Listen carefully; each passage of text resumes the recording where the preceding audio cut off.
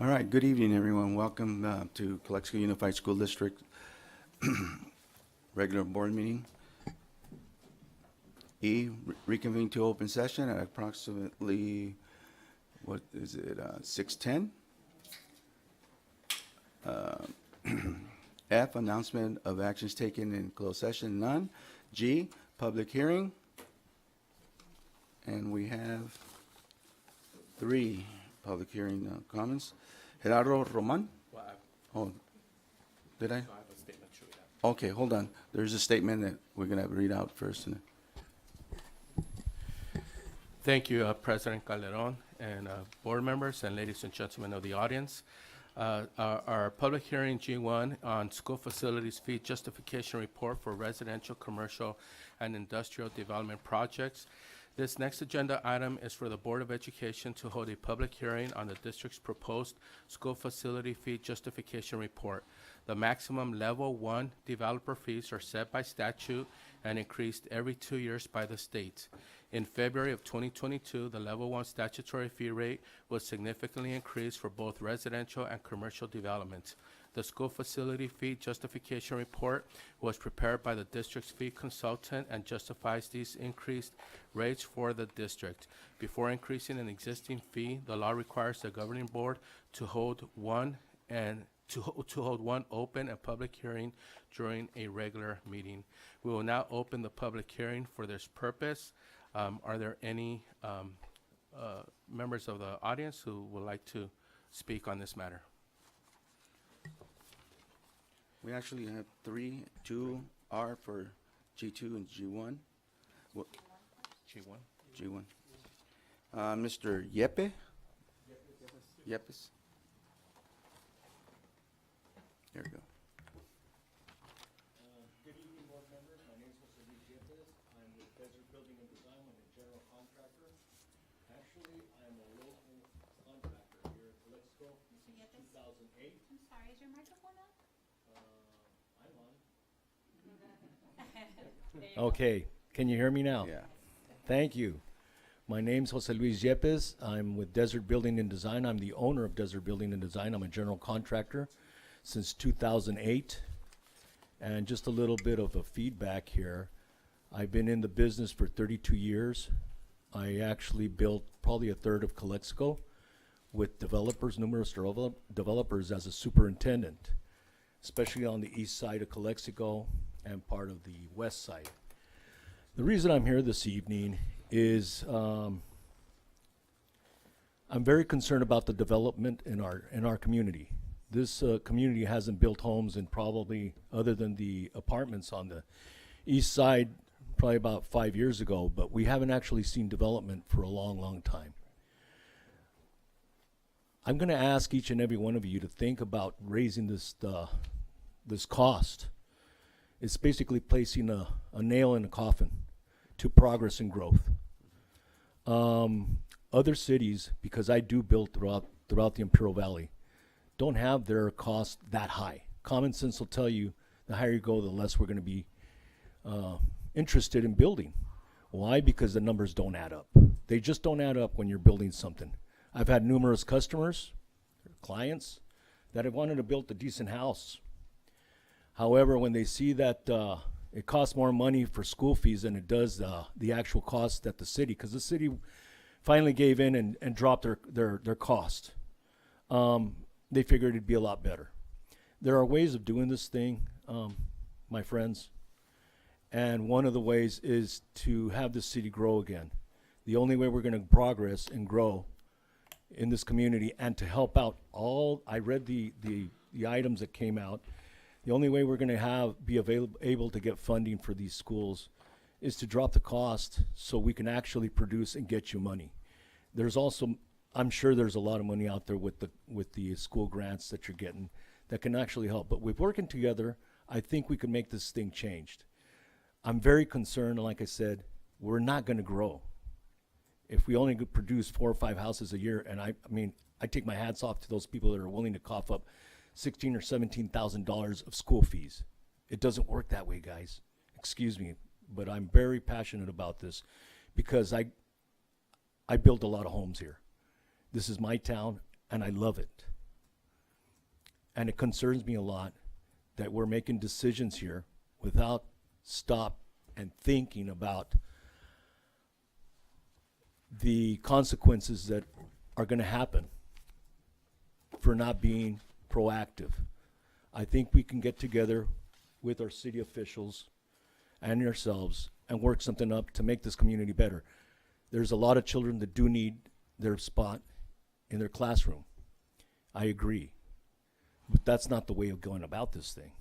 The way we're going to make this thing happen is through making sure that we can drop this cost the way everybody else is dealing with it in other cities.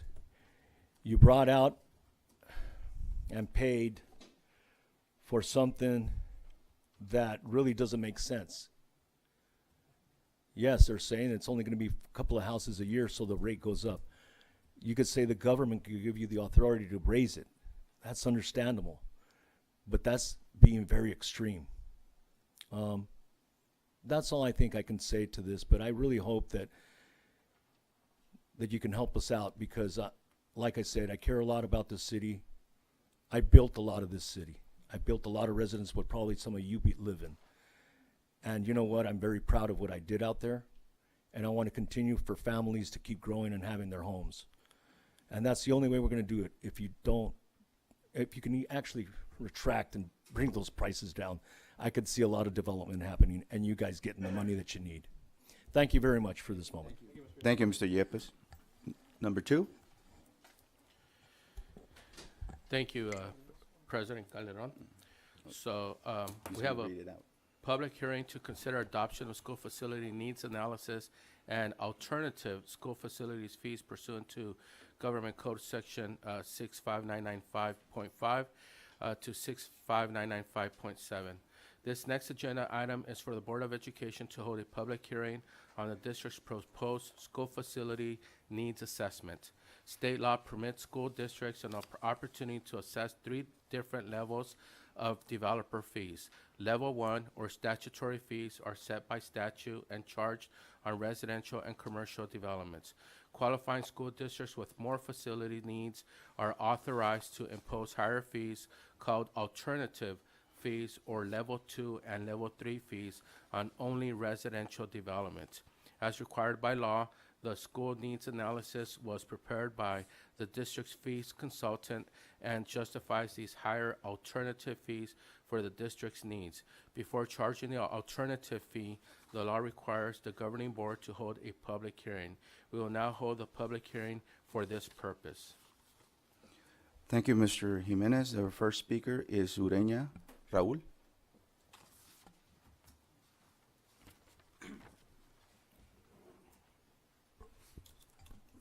Thank you, Mr. President, President Calderon, honorable members of the school board. My name is Raul Ureña. I am the mayor pro tem of the city of Calexico.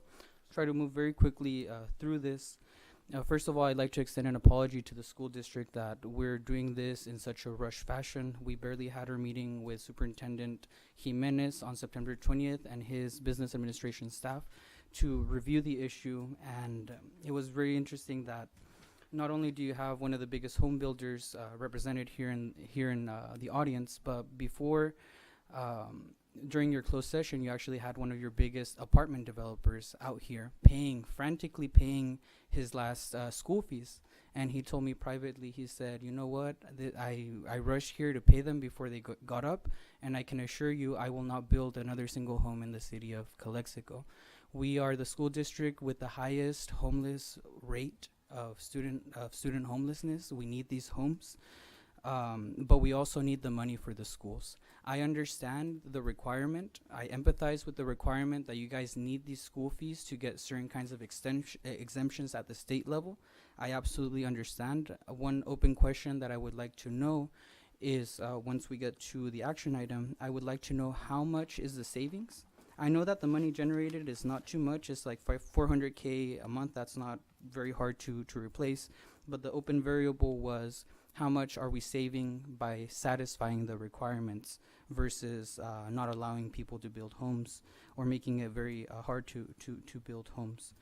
There are alternate ways of raising the funds that you need, probably even raising more funds than what you will raise by raising the school fees in a way that it does not impact the greatly needed housing stock for all of our students, and not just our students, but also our teachers and our school staff. I mean, we saw a year of very contentious labor negotiations last year.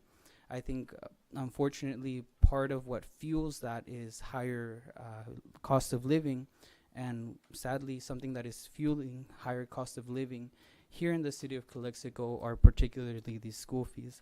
Again, I extend my sincere apologies. I ask if this can be tabled, for it to be tabled. If it has to be passed, to then later be reconsidered so we can sit down and look through the numbers. That's also good. It's not a no, don't do this. I fully understand why this school district is between a rock and a hard place, but I am just asking for the opening so we can have these economic conversations with numbers and make the best decision, not just for our students, our teachers, the school district, but also the future of our beautiful city that we all here represent, that we all here love, breathe. Go Bulldogs, y muchas gracias. Thank you, Mr. Ureña. Next speaker is Ms. Colio Warren. Good afternoon. My name is Esperanza Colio Warren. I'm the new city manager on my third month. And as a new individual in the city, I'm not familiar with the city, but in my 90 days that I have worked with the city, I can tell you this. We are sinking as a city. There is no development. There's less desire to come to the city to develop. And this particular impact fee will have an impact on our economy. As it is, right now we're competing with other cities, and I hate to say this, but the city of El Centro is one of the best competitors that we have. The developers will not develop in this city because we are with a high impact fees that is gonna alert them to go somewhere else to look for other opportunities. Our city is in need of development, creating new tools for development. We're trying to find out ways to bring capacity to the city to promote development, but this impact fee will not be in any form a way for us to hold them into the city.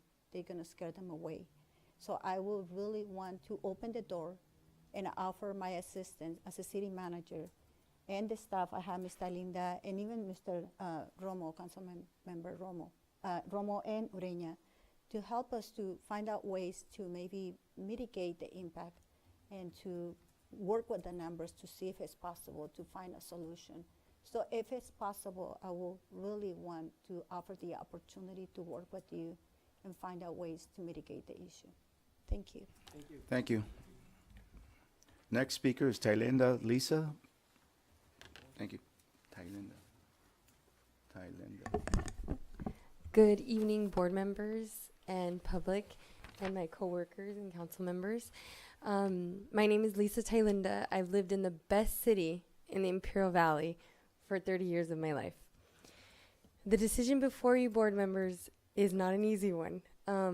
Education is so important, but also growth of our city. And the way we achieve that is by working together. So I ask tonight as a resident to help us understand what options have been explored, if there's any other options that we can do before increasing this rate, to help us get information on potentially excluding certain developments like ADUs, accessory dwelling units, from the fee increase. The way I see it, other cities and counties and districts have worked together with their school board to create special fees for certain developments and exclude others. The ADUs are so important. We even have a housing crisis in all of California. So with that said, I ask tonight that maybe with working together, we find avenues to explore for certain developments to not impede growth, especially those that are middle to lower class income households are affected by, which really are the ones who are building a lot right now. With that said, thank you so much. Thank you very much. And our last speaker is Ms. Gloria Romo.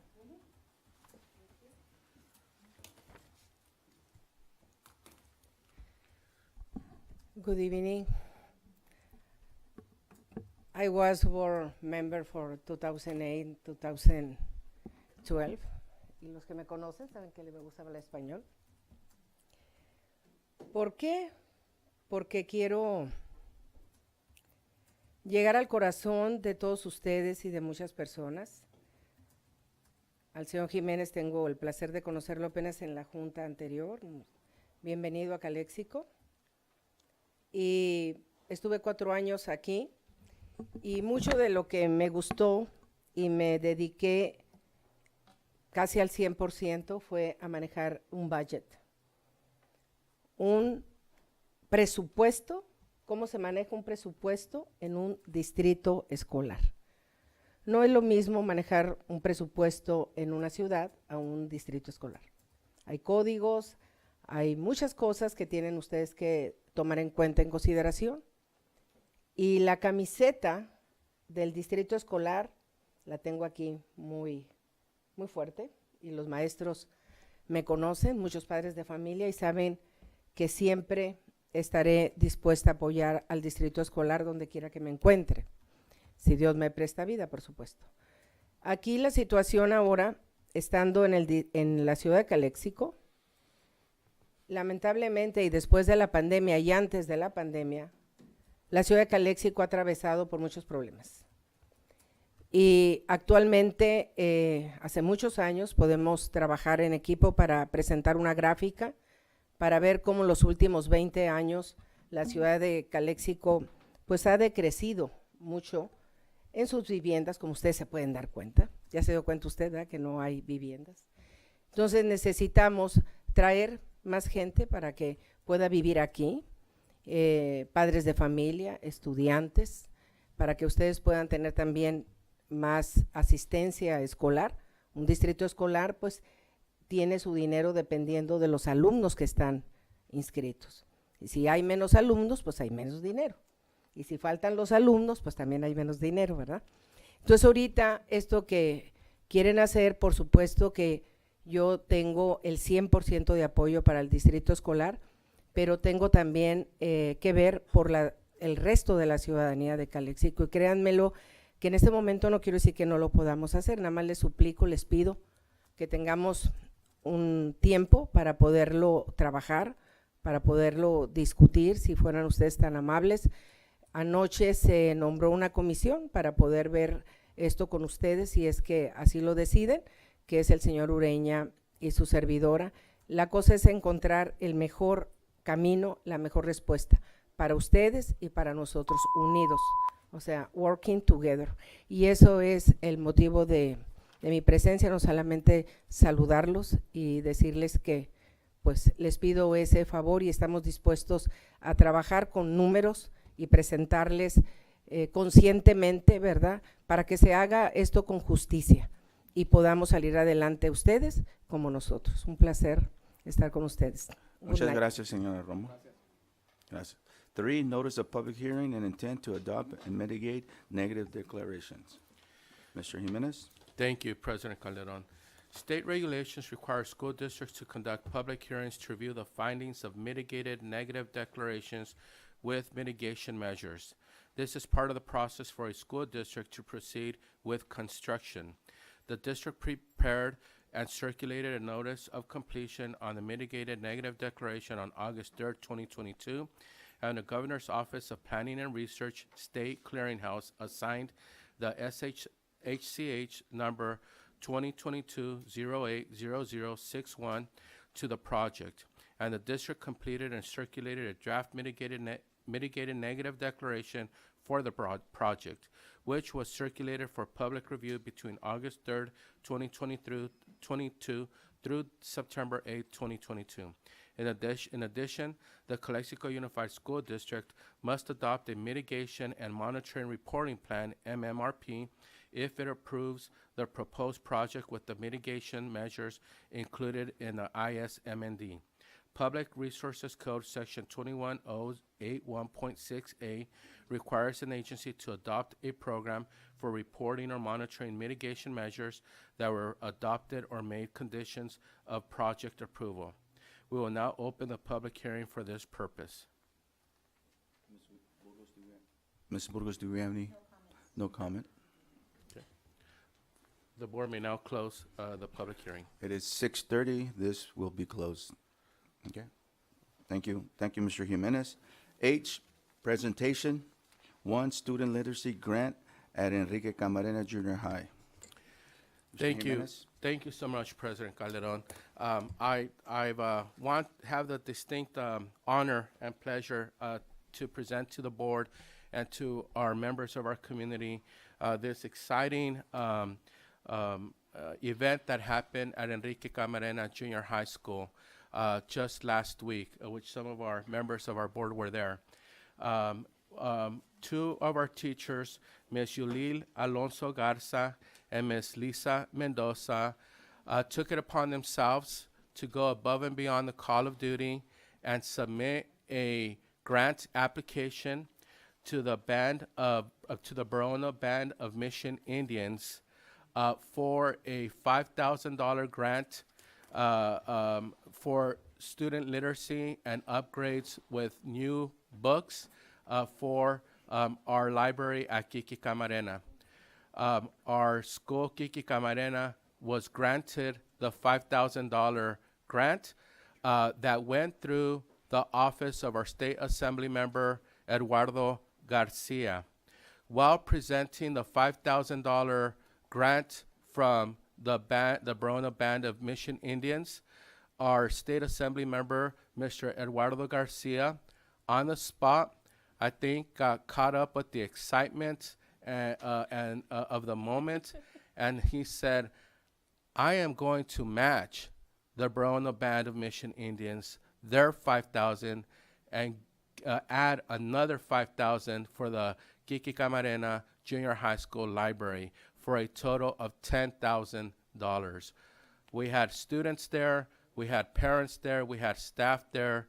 Mr. Calderon, Lencho Jr. and Mr. Alvarado were present as well.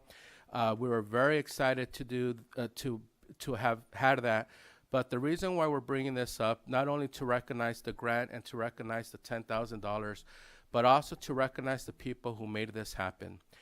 We had two teachers who saw a need, and teachers already have a lot of work to do.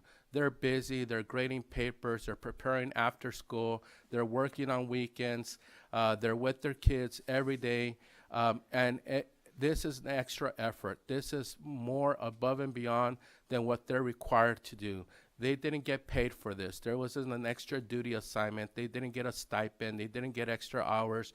They didn't get overtime pay. They did this on their own. And so today I would like to ask our board members to present Ms. Alonso Garcia and Ms. Mendoza with a small token of our appreciation as a school district with certificates that we created for them for going above and beyond the call of duty. I would also like to ask Mr. Diego Romero, our principal at Kiki Camarena, for his support and to also bring up and show the proclamation. And I would also like to ask our representative from Representative Eduardo Garcia's office, who I understand is here today, to come up to the front for a picture with our staff and board for this as well. So if we could have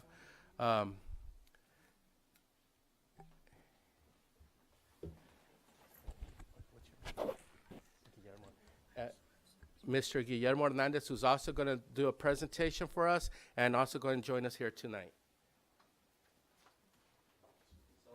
Before I present the certificates, my name is Guillermo Hernandez.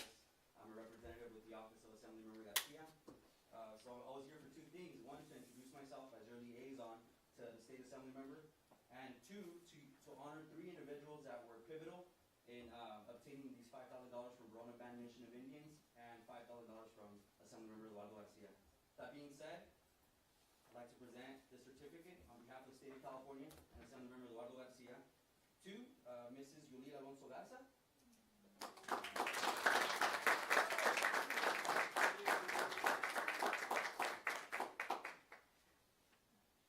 Mrs.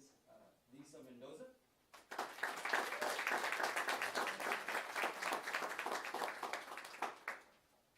And Principal Diego Romero Jr.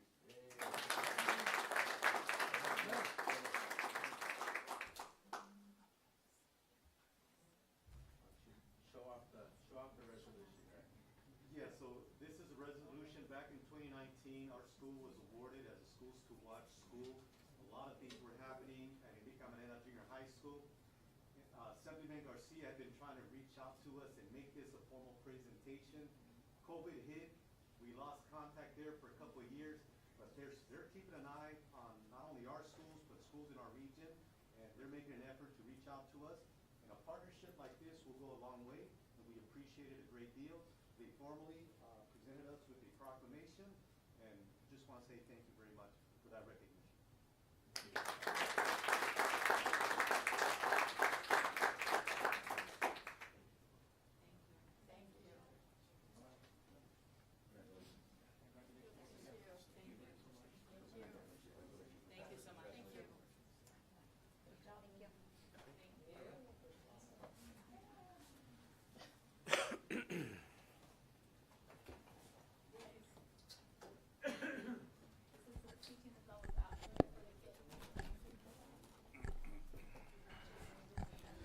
Okay, thank you very much and congratulations.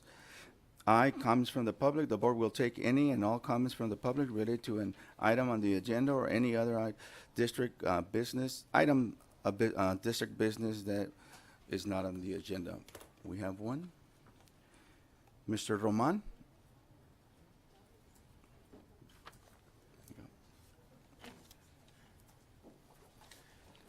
Good evening, board members, superintendent, public. With me is one of my students, Jacqueline Benitez. She participated yesterday in a competition at Southwest High School where we took 19 freshmen plus 7 9 to 12 students to compete against other schools in a competition for opening and closing ceremonies. I would very much like the opportunity to present to you at some time our program and what the students are doing.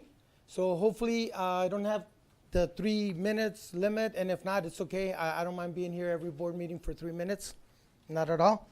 And my students will also be joining me, but it's a little intimidating when I told them the board, and then they looked at you guys online, and like, and I told them, there's 6 officers, and I said, there's 6 like you.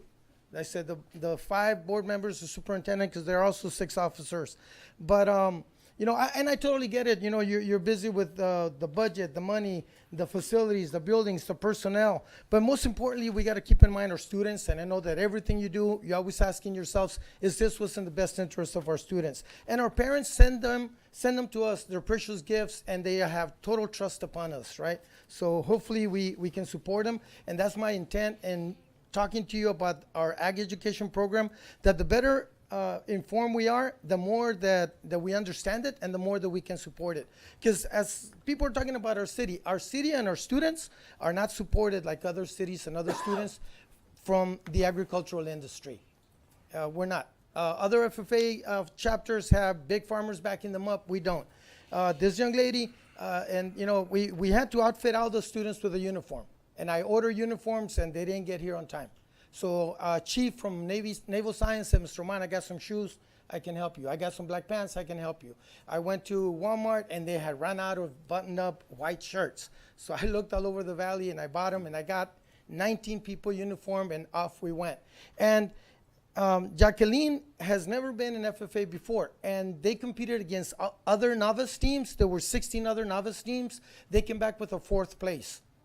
And the only reason they didn't beat the others is because they've been in FFA since 7th grade.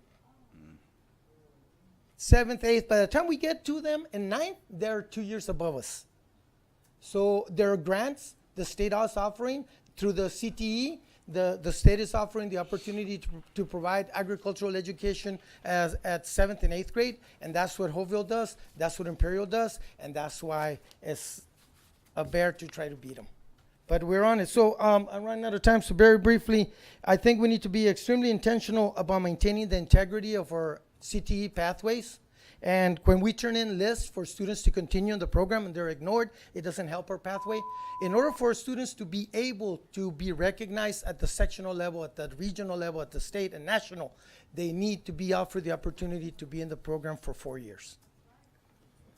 So I'll be back for my next 3 minutes next month, next meeting. Thank you. Go ahead. No, you can finish up.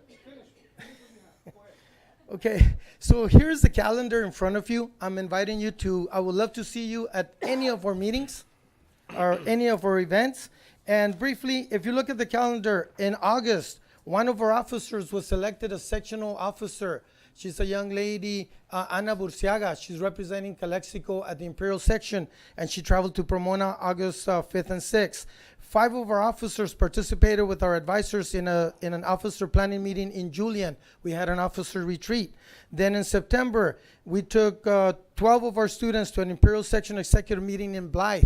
And at the competition, the students competed against all the Imperial Valley high schools, plus Blythe, Indio, and Coachella, and Winter Haven. So on the parent meeting that we had September 14, we had about 40 parents that came in after they heard all the work. We only had like 20 stick around that they wanted animals, which is okay. And on September 27th, Jacqueline and 33 other students, we traveled to El Capitan High School in Lakeside. We went to a Green Hand Leadership Conference. It was all freshmen. And then those that stayed had a FFA meeting and an ice cream social. On September 28th, we traveled to Hopeville. We took 20 students to participate in our sectional leadership conference. And through this organization, the students have an opportunity to be involved in the section, in the region, Southern California, in the state, and in the national program. So you're looking at October 12th, we took 19 freshmen plus 7 others to Southwest and came back with a 4th place. Today at the main campus, they had pumpkin painting during lunch. They had over 80 pumpkins that the students painted, and we do it tomorrow at the 9th grade. Friday, I'm driving a van. Mr. Mendoza's driving another van. We're going all the way to Norco High School, to the Southern Region of California Leadership Conference for FFA. There, our students will get to mingle and see and work with and attend workshops with students from LA County, Riverside County, Orange County, Imperial County, San Diego County. So the more I'm really pumped up because I want to get them to go north of the 8. I had to show them today when I told them, hey, guess what? Blythe was there in Coachella and Indio. I kid you not. Where's that? Remember the map? What did I show you on the map? Where's Blythe? Where's Norco? And it just, they're killing me. But I invite you to join us. The other thing is we do need feedback. There's an advisory meeting on the 20th. Parents, public, anybody, if you are willing to support us, if you're willing to help us, if you're willing to give us feedback, we need to hear what is it that we should be doing to get our students involved, to get our students to continue, to get our students to see the importance of personal growth, career success, and premier leadership. And last time I was hearing about dual enrollment, a noble thought, noble idea, but let's get them to graduate. Let's give them an opportunity to meet high school graduation requirements. Let's give them an opportunity. We increase science to 3 years requirement. We increase math to 3 years requirement. We need to make sure our master schedule provides them the opportunity. And we need to see if that's what we want for 12th grade. What do they need to do at 10, 11, 9, and then what do they need to do at 8, 7, 6, 5, 4, 3, 2, 1? Because I work at the 9th grade. I know what we're getting coming in. And I do have a plan of how they could take ag the 4 years. And I know I couldn't do a PowerPoint. I know I couldn't do, I do have more information about that ag program, so I'll be here at the next meeting. Thank you so much. Thank you, Mr. Roman. Mr. Roman, I'll go ahead and agendize it. I'll agendize it for the next meeting. That way you can come in and give us the whole content. And if there's something that we could do. I'll be happy to share ahead of time some type of Google Slides. You see it, you say this is too long, shorten it. I'll be happy to do that. Or whatever it takes. I know you have a long agenda, a lot of other issues on the hopper, and I totally understand that, and I don't mind being here every meeting. But Mr. for my Roman, 3 minutes. You just said that that you don't want to bother us because we have a long agenda. You gotta remember that the reason that we're here is For for the- her. She is Amen the to one- that. She's All the right. reason that we are here. So if you have a long agenda, if we have a long agenda, you need to be on that agenda because you're part of that. So anytime you wanna come over, you're more than welcome. Well, Thank I you, know Mr. the agenda is set by the board president and the superintendent, so, I'm you gonna know. put it on the agenda. Thank you. We'll So make you'll sure be- you're you'll be- on You'll next. be on for the next Yeah. one. Yeah. All right, just get Thank your you, Mr. Romano. PowerPoint ready. All right, thank you. All right, one, ACT, CSCA comments. Do we have them here? He's gone? Not here? Okay. J, consent agenda. All items appearing will be acted upon one motion without discussion.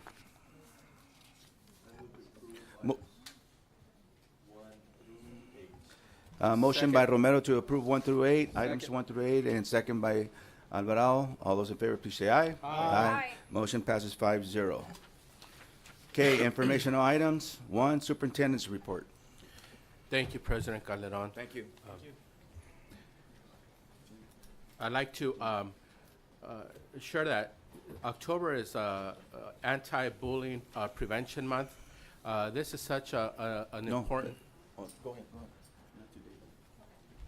This is such an important issue as a school district to address bullying in schools and bullying among students. Bullying can lead to very serious consequences for children of all ages, from elementary school through junior high school and high school. So our schools throughout the month of October and really throughout the entire year work on addressing bullying issues, but more than that, also on providing education for our students on how to work with other students and how to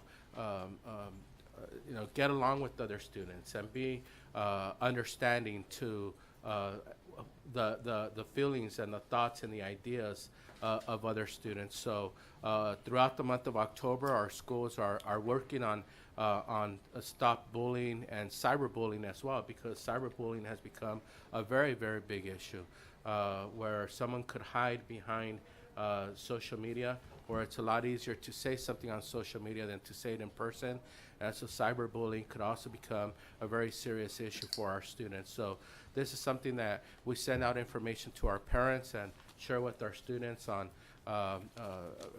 reducing and preventing and not getting rid of bullying in our schools and respecting one another for who we are, no matter our thoughts or beliefs or anything else that we identify with.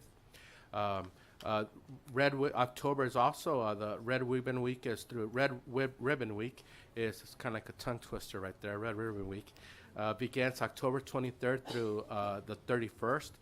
Again, also our schools are doing many activities in addressing drug abuse and awareness. Our teachers and principals, our school sites are doing different activities at school to raise awareness on the dangers of drug use. Nowadays, as we know, the types of drugs that are out there are absolutely deadly in a very short period of time. There's drugs out there. We send out parent education information on pills that look like fentanyl pills that look like candy. They're made to look like candy. They're in bright fluorescent colors. Any child looking at it would never imagine that it was something dangerous to them. So we're trying to raise awareness and bring more education on these topics. This year's theme is Celebrate Life, Live Drug-Free, because really the drugs from today are deadly in a very, very short period of time. And we want our students and our parents and our community to know that, to stay away from that, and celebrate life and live a drug-free life. October is also the Great Shakeout. And the Great Shakeout is a drill that happens throughout the state of California on the same day at the same time at 10:20 in the morning. And the Great Shakeout is an earthquake drill where all schools and other public entities practice an earthquake drill where you evacuate the building, you check your emergency supplies, you go through your whole checklist of what to do in case of a real earthquake. And as you know, we are an earthquake country, and so that's something that we need to be ready for if and when the next earthquake happens.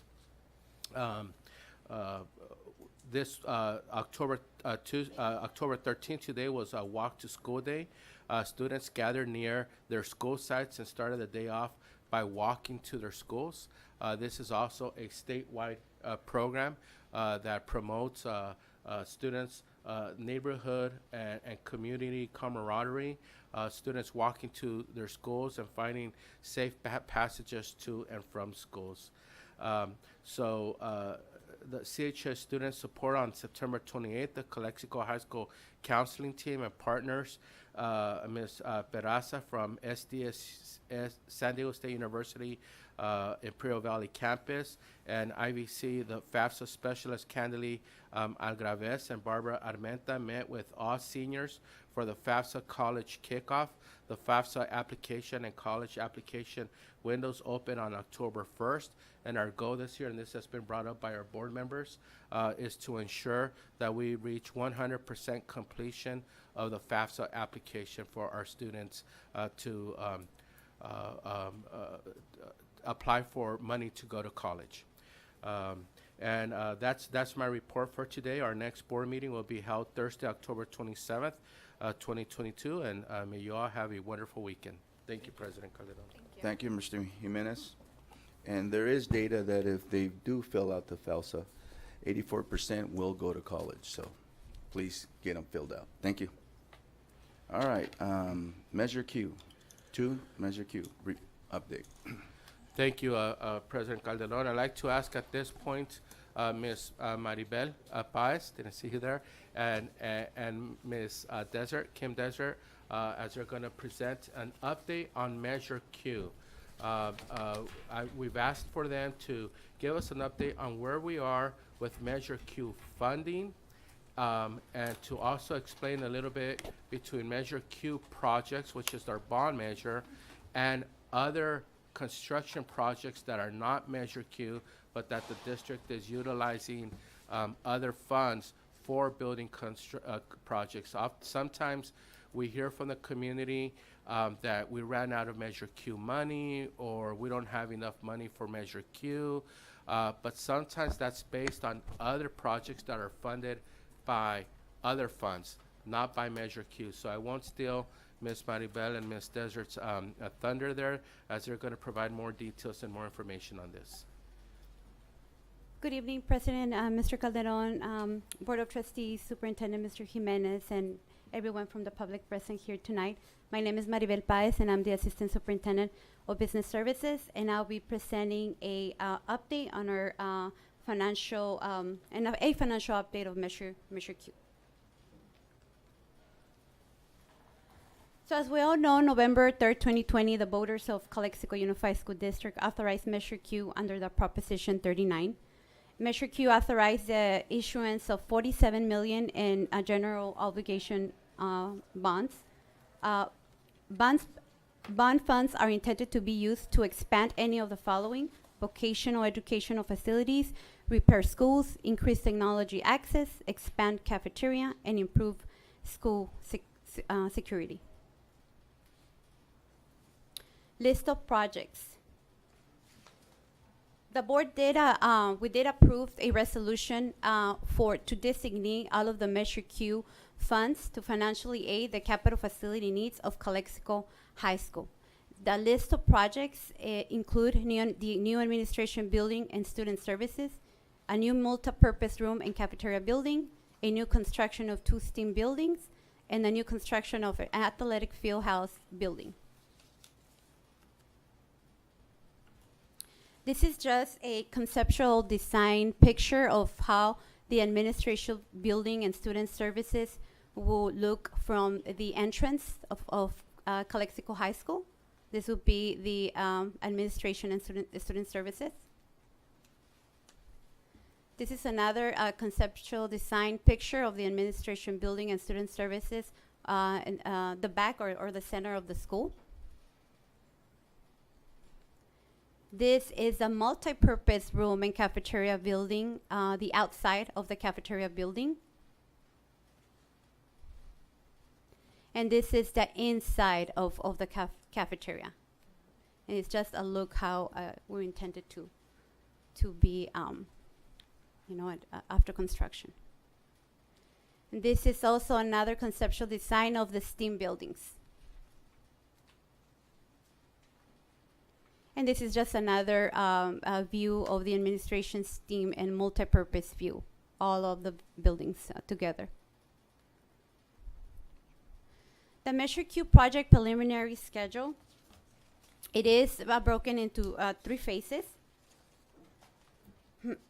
The first one is our interim housing, and that's a preliminary start construction of December 2022, and with a complete construction of June 2023. This is around a 5-month duration. And pretty much the interim housing is, for example, we do have to accommodate temporary housing for our attendants, for our all of our counselors, for our administration, for our ASB, for all of those they will be in construction. We have to have a temporary housing for them, which is gonna consist of portables. It's gonna be consist of portables that we already have, plus additional portables that we also will have to lease for probably the period of 3 to 4 years in order to complete all of our projects. This is to accommodate cafeteria, to accommodate the administration and offices and attendance and all of those student services personnel. That is phase 1. Phase 2 is more, we can see as removal action work plan, which they call raw utilities and infrastructure, which is like demolition. Demolition preliminary will start in June 2023 with a completion date of around September 2023. This task is about a 4-month duration. And then the last one is construction that we're foreseeing it starting August 2023 and with a completion of June 2025 with around a 22-month duration. And any questions on Measure Q? And right now, Ms. Kim Desert from School Site Solution is going to be giving a more detailed status of all of the of our Measure Q projects. Measure Q preliminary budget. Our Measure Q, which I actually received, is 47 million for our Measure Q bond. Our state reimbursement, estimated amount that from the state applications that have been submitted to OPCD, which is the Office of Public School Construction, is about 16.5 for the 8283, which is the math and the English, the 12 classroom and 16 classroom buildings. The culinary modernization state application is about 4 million that we expect to receive. The culinary seismic state application that we already received, that was about 1 million, and other small state applications. And we are tentative to receive in about 2023, the beginning of 2023. The estimated project budget for all of these major improvements to Calexico High School, it's about 65.4 million. The estimated revenue, it's about, that we will be receiving for Measure Q and all of the state reimbursement is about 69 million. Any questions?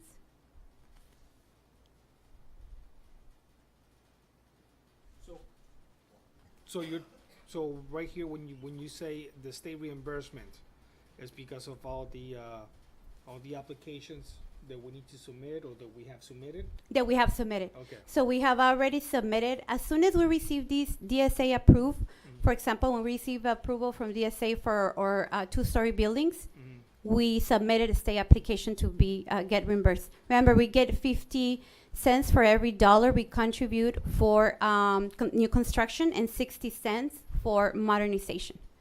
So this is the money that we're expecting to receive from the state of application. And I see the state program application as like a revolving account where the money that we actually spend on facilities we get reimbursed as a 50 to 60%, if of course we follow all the requirements with all the environmental studies and we do everything we're supposed to do and follow all of the regulations, then we get all of this funding back from the state. Any questions? I do have, Ms. Baez. Can you tell the public, are we on schedule with all our projects? And do we have the funds to Yes. complete the So project? I'm happy to share with everyone tonight that we are 100% on track. We're 100% on track with all of our Measure Q. I'm also gonna right now go over all actual up-to-date revenues and expenditures, but we are in all the preliminary stages. We're in design, we're in construction documentation, we're submitting our designs to DSA. We are doing all the land testing for the start of the new construction, all the procurement that needs to be done for the interim housing. So we're taking all of that, we're working on that, and we're right on track. We are. Any other questions, board? No. Measure Q current fund balances. So the total revenues as of October 10 this month, we have received so far the 47 million for Measure Q. We're talking about only Measure Q. And we have spent only about 1.2 million in total expenditures, and this is all for all the preliminary work that is getting done, all the planning, programming, engineering services, and land preparation and testing.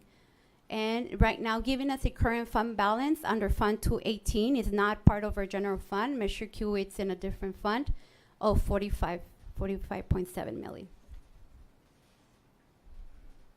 And there is a lot of comments that sometimes is brought to my attention, like Mr. Jimenez was saying, that there's a lot of activity. We think you guys have exhausted Measure Q. No, the money's all there. We can run a bank statement, which is with their treasures, and you can see the 45 million that I just stated right now.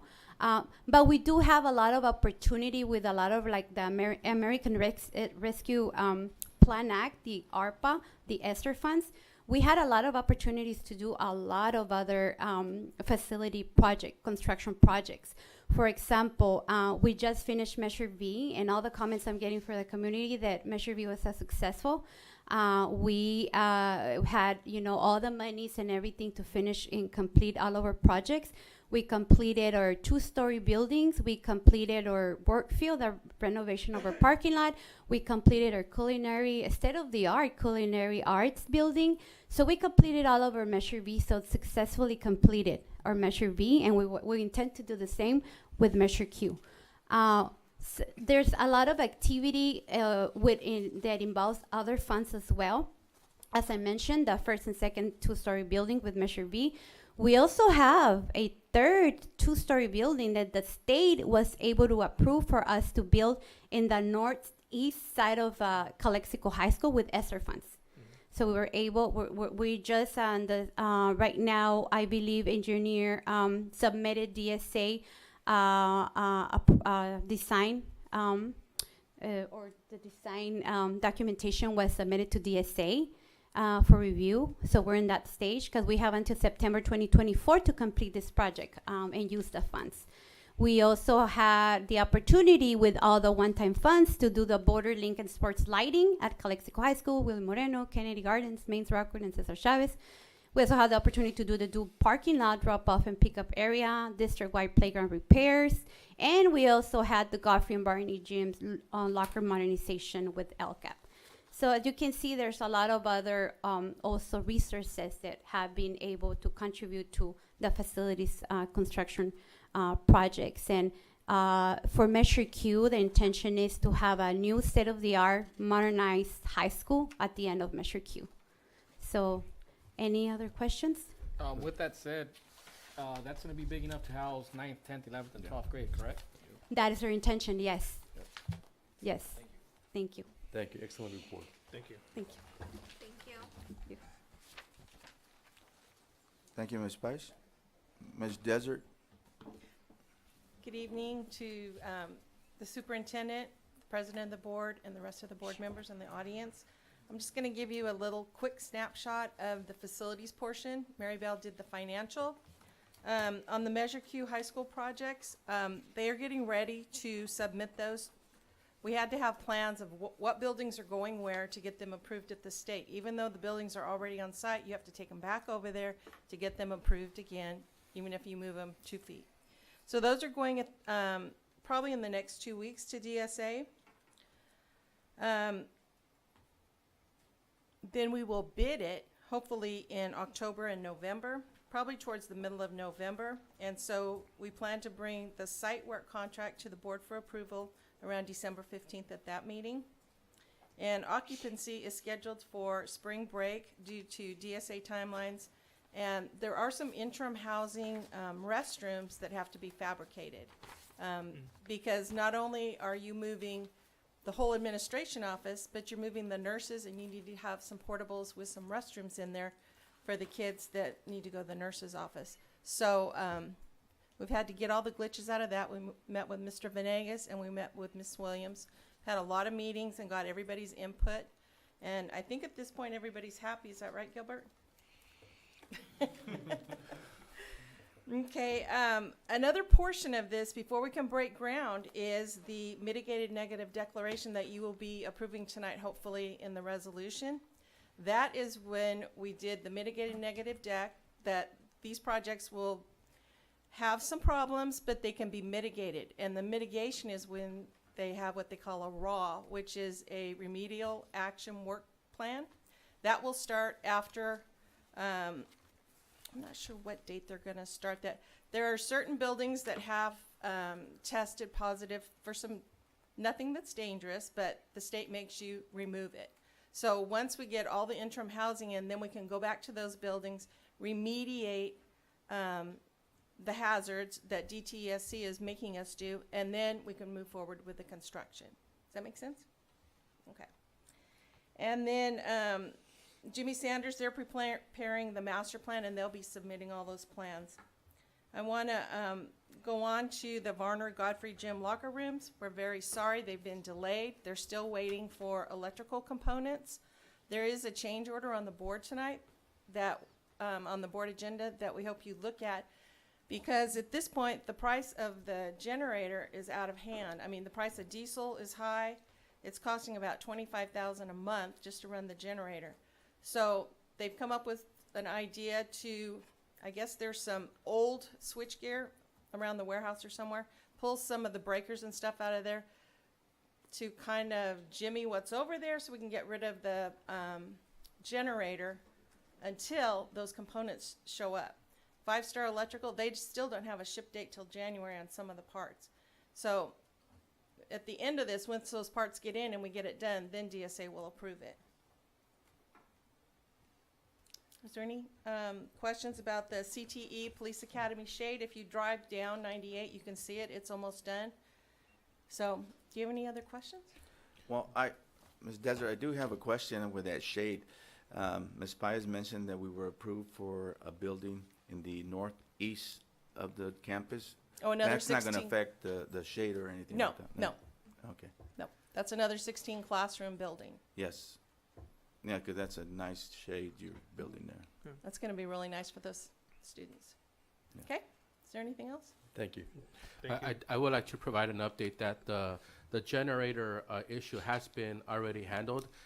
So thanks to our building services department and our electrician, that generator was costing us way too much money per month, to the tune of tens of thousands of dollars in energy and fuel cost. And so our electrician was able to put in its own panel to run the gyms. And so that's been already taken care of this week, last week. And so we're very happy, because it is going to save us some ongoing money for the next several months until the new panels come in. But that's And I already do been believe that handled. the general electrician on the project had to be involved in that too, and that's what the change order reflects. Perfect. Thank you. Thank you, Ms. Desert. Thank you. Thank you. 3 board reports. Mr. Calderon. Thank you. Good evening, everybody, for coming to our meeting. I've been around to schools, and I've seen how the schools are being taken care of, so kudos to everybody. maintenance or operations are doing an outstanding job and keeping our schools clean and supplied. So I think it's going good. I think we have a lot to be proud of. Okay, all of our schools are functioning as they should. So I'm glad this is what, month 2 or 3. So month 3. This is already October. So month 3. So couple of things that I've been notified by some of the our educational family regarding benefits. Okay, I know that when we sold the idea of changing, going to the different plans, that we said that benefits were not going to change. They were very comparable. Some members are having problems. Some members are having problems getting the services that they used to get with our plan, and that is not what we said that was going to happen. So too early in the game, I guess, for to start taking drastic measures. But I think, Mr. Jimenez, we need to start looking into that, because when it's just one or two people talking about that is one thing, but when we have more than a handful talking about that, talking about how services are not what they used to be, I think we need to take a look at that. So if we could take a look at that. So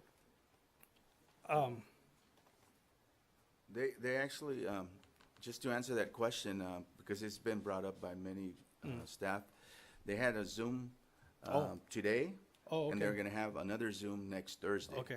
For any staff that are having difficulties with their prescriptions or with their medical coverage, to Zoom directly to our provider. Okay, perfect. Thank you. And if that doesn't work, then we're going to bring them here so they can actually meet with our Okay, staff. thank you. And with regards to our fees, with regards to the proposed rates that we have in front of us, Mr. Jimenez and Mr. President, I think at some point we need to remember that yes, money matters, but sometimes we need to take into account the benefit of the community. Okay, it is true we haven't had a lot of buildings going up, not just recently. I mean, I've been here since 2012, and we haven't had a new building since then.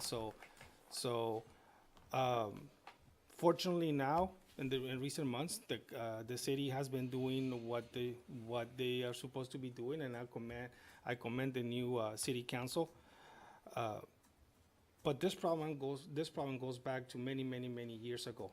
So I'm hoping that the city will cooperate with us with the paperwork that we need in order to make appropriate actions and decisions that will benefit the community.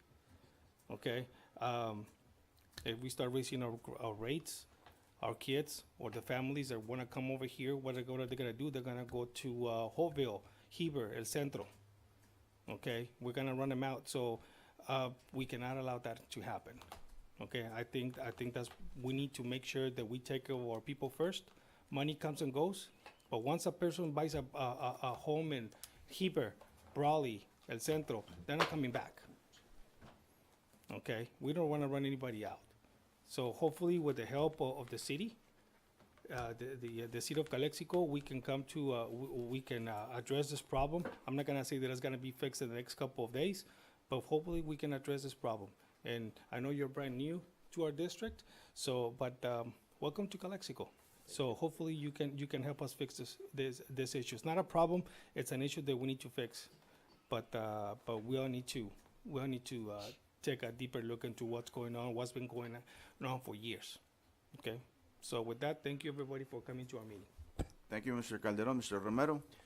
Thank you for joining us tonight, and I know you've had a long day, and you're still here, and we appreciate that. That's all. Thank you.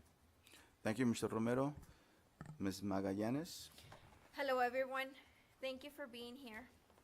I want to congratulate our culinary students for showcasing desserts at Autumn of the Arts event. The desserts were delicious, right, Mr. Jimenez? They were the best. I'm very proud of you guys. I'm really, really proud. I also want to thank Mrs. Norma Gerardo and Jose Quintero from Calexico Recreational Center and Mrs. Molina for working together during the pandemic on a beautiful mural of Cesar Chavez that was unveiled yesterday. We definitely have talent in our community. And in conclusion, I'm looking forward to work with the city of Calexico because we are serving the same community. Thank you. Thank you. Mr. Alvarado? Well, just to echo along the same lines, I did have the opportunity to go out and be out there at the presentation that Mr. Garcia was here, our assembly member. And just with that said, I want to congratulate once again Ms. Lisa Mendoza and Ms. Yulila Alonso Garza, and also Mr. Romero for putting actually a really good spread for us also as well. We had some students there, and I think they were excited to hear that, it wasn't just a 5,000, it was an additional 5,000 to that Assemblyman Garcia gave us. And along what you had just stated earlier, Mr. Jimenez, in regards to the education on drugs, I think we need to start focusing on 5th, 6th, 7th, and 8th graders because what we're trying to do is educate 9th, 10th, 11th, and 12th. I feel that that's already a little bit too late. I think we need to focus on 5th, 6th, 7th, and 8th. Why? Because at least at that time we could educate them a little bit better, let them know exactly what's out there, because fentanyl is here. It's not something that is going to pass us by. These developers, it's something that's here in our community. It's already here. And I want to go ahead and start focusing on that right now before we have some type of tragedy. So with that said, if we could get something within the next couple of meetings, that way we could go and develop something to educate our students with that. Along the lines for the comments for our impact fees, I'll reserve my comments for that item once it comes up. But with that said, thank you all for staying here with us, and I appreciate everything that's going on. Thank you. Thank you, Mr. Alvarado. Good evening, everyone, and thank you for joining us tonight. I'd like to take this time to thank Mr. Assemblyman, Mr. Garcia. I was also there in the ceremony, and I believe it's the passion that we have for our kids that he got excited and he matched the $5,000 that the Barona Indian tribe had donated to Kiki Camarena. Also, Mr. Romero and his staff, that when we went there, they treated like royalty. I mean, they treated the assemblyman really well, and also us that were there to join them in the ceremony. And last but not least, Mr. Roman, if you're hearing, thank you for your passion for the FFA program. I was involved, my brother and I were involved in the FFA program when we were at this high school. And maybe I'll bring some throwback memorabilia next board meeting, but it's something that we're losing.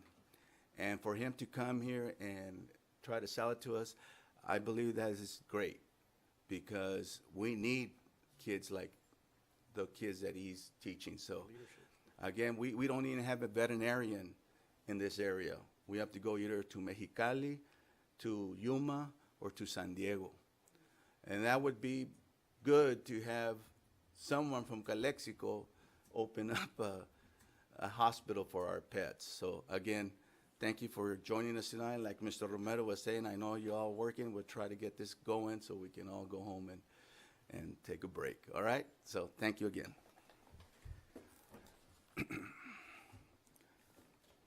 L, discussion, possible action, Calexico High School 9th grade field.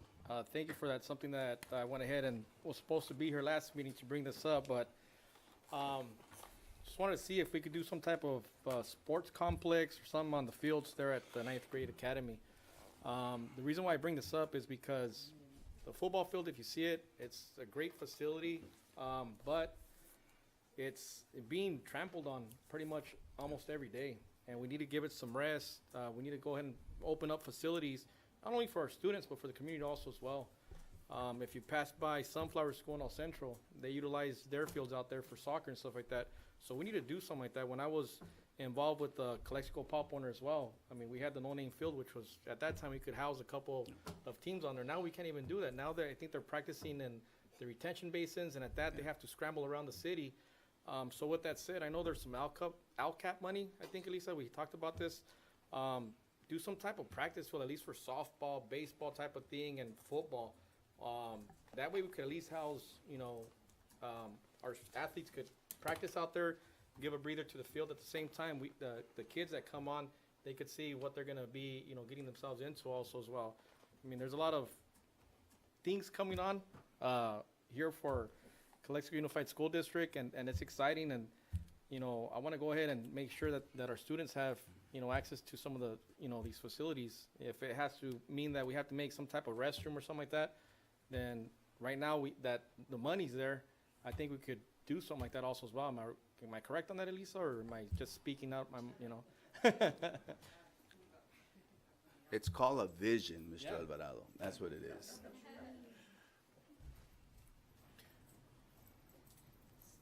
Good evening, Elisa Ramirez, Assistant Superintendent of Educational Services. So right now our LCAP monies are already planned for this year, but we're going to start in December our LCAP sessions and start planning for what could happen next year. So it's important for us to start planning now on what it's going to look like, so then we can reserve that budget under our LCAP goal that's under athletics. Elisa, with that said, can you let me know ahead of time, that way I could go ahead and make those meetings also as well? That way I could, Sure. try to- Yeah, I will be sending a calendar when we start with all of our parent and community set forums. We usually start in January. All right, perfect. So I'll bring our trustees a calendar of our sessions. Thank you. Thank you. Any other questions? Anything else? Well, I fully support your vision, Mr. Alvarado. I believe that we need more fields to practice. And of course, our football field is our showcase, so we would want it to be at its best when we're beating everybody out in the valley. Huh? I know you heard that, Mr. Sanders, but no,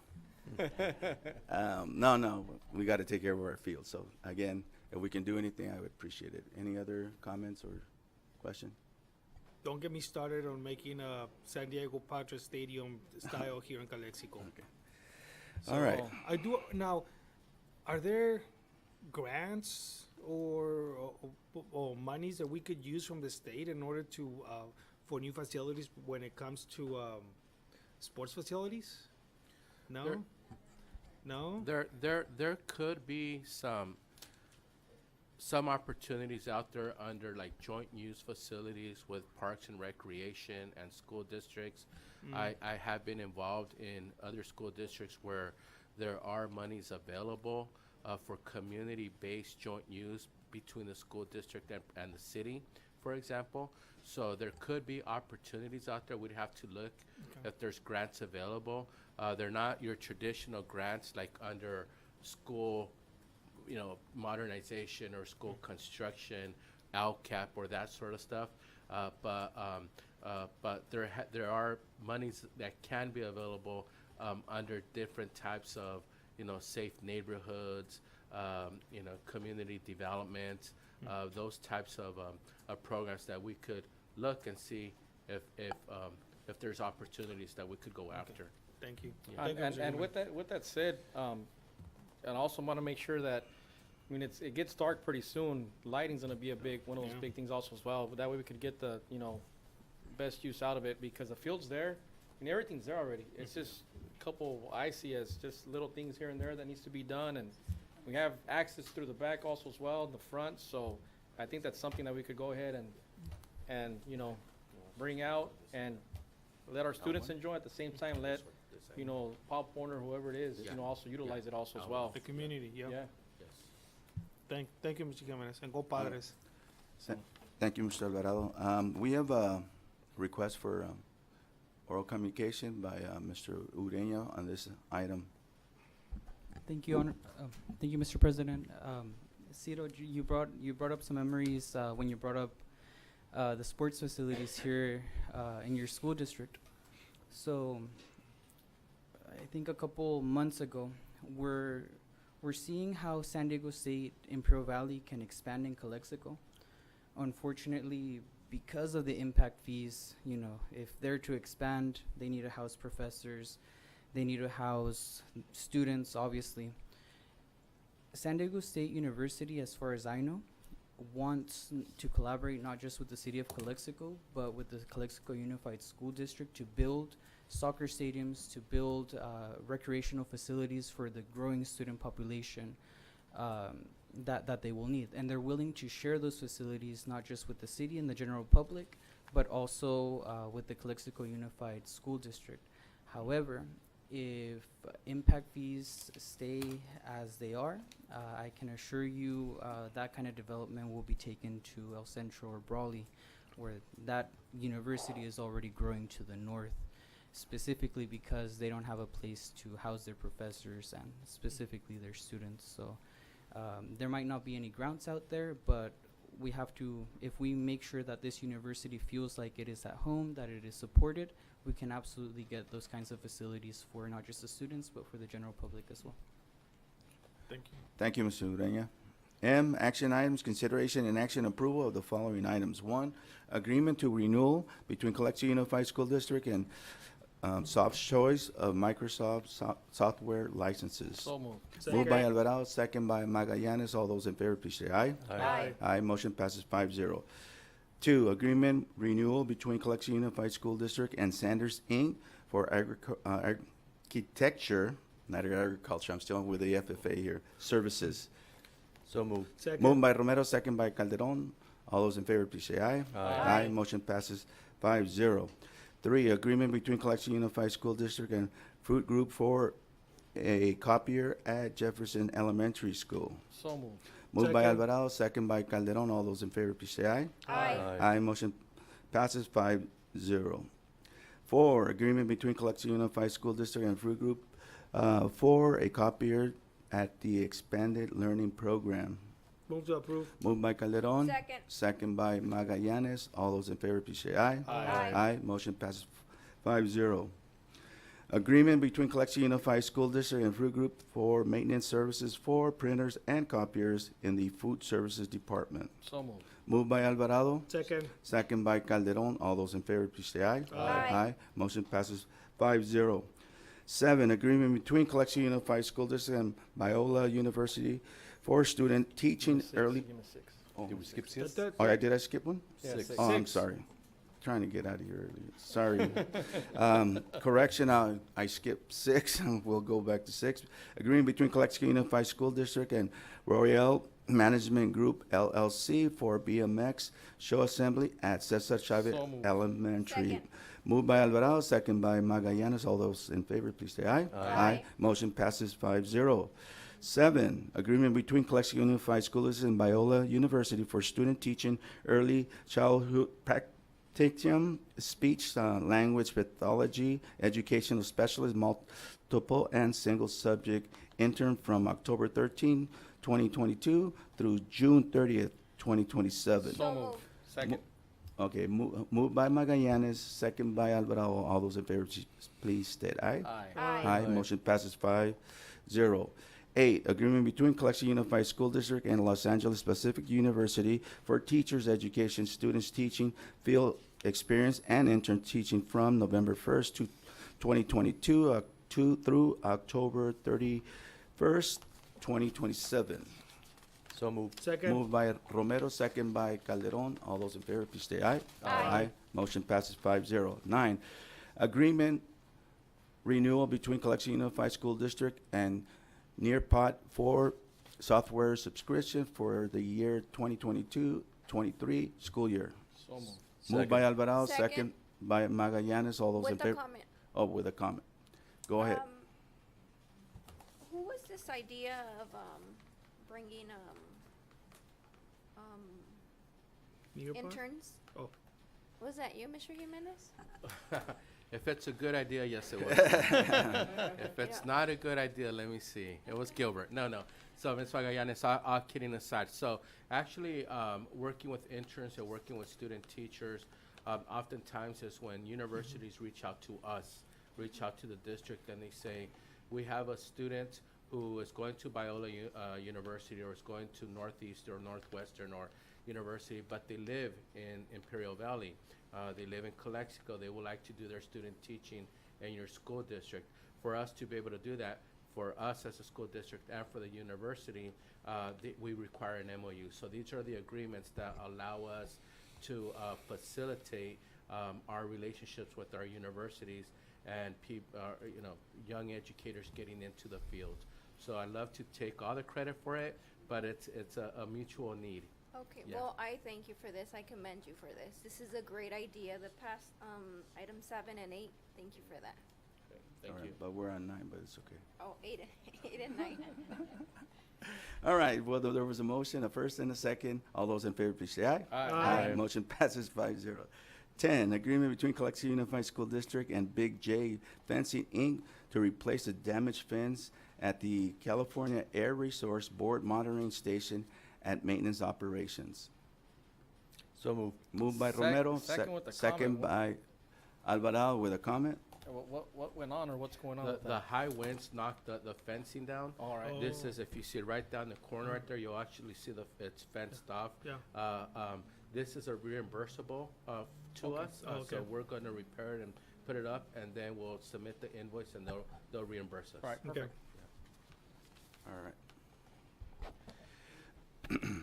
11, agreement between. But- So, All those in favor? there's a motion, all those in favor, please say aye. Aye. Aye. Motion passes 5-0.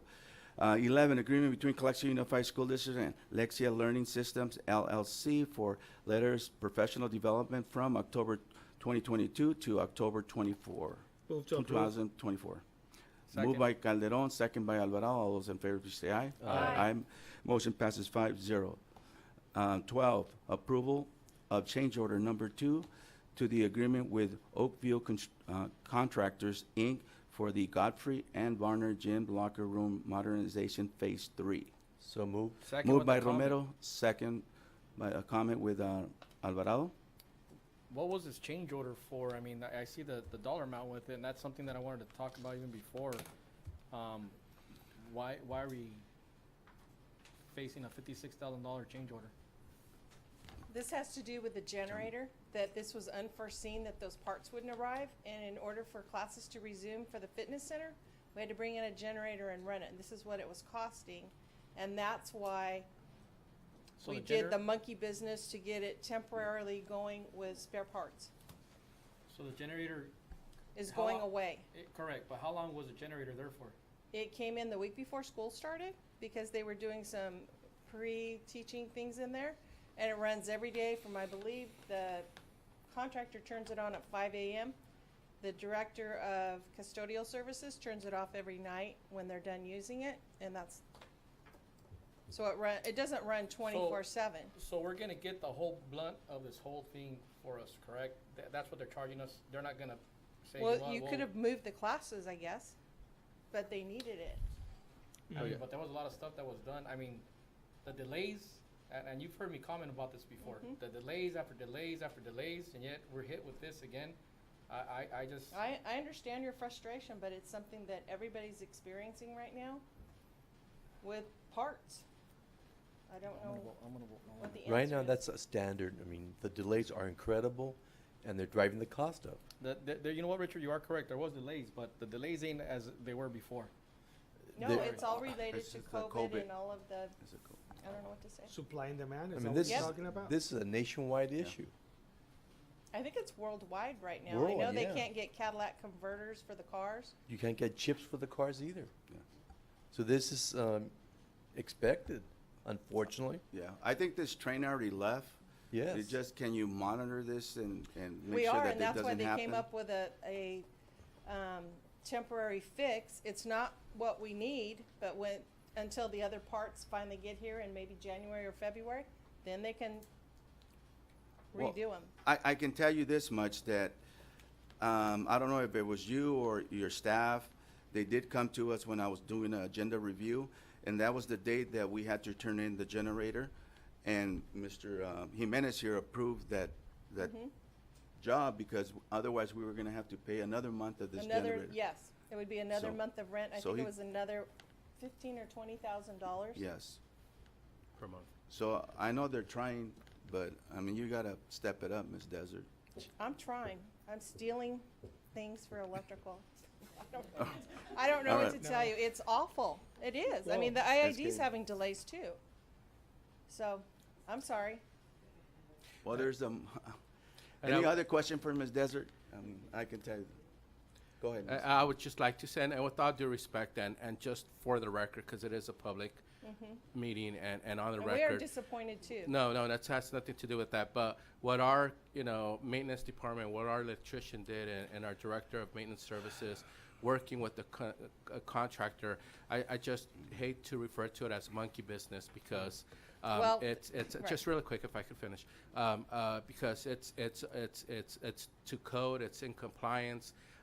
We found the parts that we needed to put up a panel to get this job done. So I just want to be careful because we're in a public meeting and a public forum that gets recorded for the rest of our lives. So I just don't want to refer to something that we did as monkey business because No. that could just have a very negative connotation to people hearing that. So just on the record, I'd like to be a little bit. I'm apologizing for that comment. Okay, thank you. Because I like to be a little bit more formal in our transactions and in our business that we conduct at the board meeting, because it all happens right here. So I just like No, to I understand. maintain I a form of apologize. a level of formality and Right. professionalism. And the DSA inspector did have to approve it before it could be Absolutely. done. So It's we're all all in up- compliance with everything. Absolutely, all up to code and compliance, and nothing was shortchanged or No. cutting corners or anything like that. No. Otherwise, we would not put our kids in that type of risk or our schools and what have you. So it's- Right, because that's- safety is the number one Absolutely. thing that we do. Thank So- you very much. Thank And you. I apologize for all the delays. It's out of your hands. You can't control that. I call for the question. Okay, well, there's a motion on the floor and first and second. So all those in favor, please say aye. Aye. Aye. No. 4 and 1 no.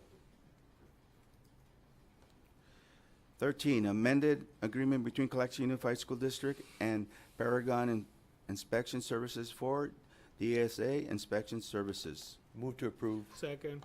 Moved by Romero, second by Calderon. All those in favor, please say aye. Aye. Aye. Motion passes 5-0.